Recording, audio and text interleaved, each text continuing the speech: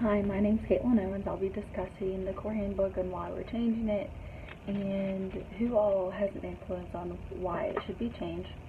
So for core 101 and 102, there's a handbook that most students use, most professors use to cover lessons, teach certain areas of core. Well, that's all coming to a change. Most of it isn't used, or handbook isn't used by certain professors.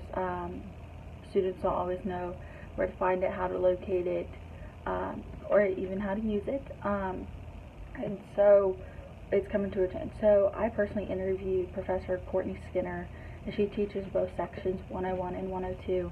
And she talked about how she does use the handbook in her course. However, she doesn't really like to use it only because it can be really repetitive. So when I asked her what she would take out, what she wanted to leave in the handbook, she said that she would definitely take out the sections that are repetitive. So like in the section of 102, it says, oh, go to the page so-and-so, and it's in 101. And that doesn't need to be in. So once a student learns it, they should just have, this is the section for whatever topic it may be.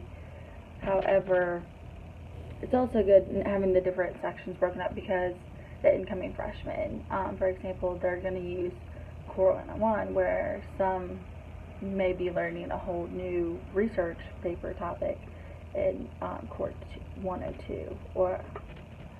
So, in my opinion, I do agree with Courtney Skinner, as a lot of it is repetitive. As I've used it in my Core 101 and 102 class, it's very repetitive to the fact of I don't want to read it over again, and it doesn't make sense to read something twice.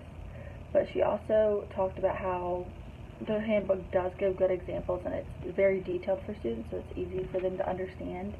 But at the same time, it can be very confusing for students who don't fully understand the examples, because they can be a little wordy sometimes. They're very lengthy, but the handbook they do that because they want students to understand.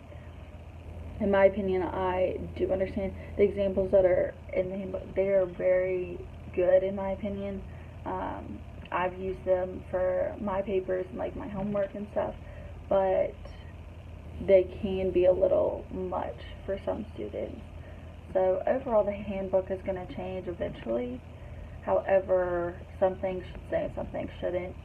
So Courtney Skinner, the professor that I interviewed, she had good points of the repetition needs to go. However, the examples and details that the book provides should be stayed.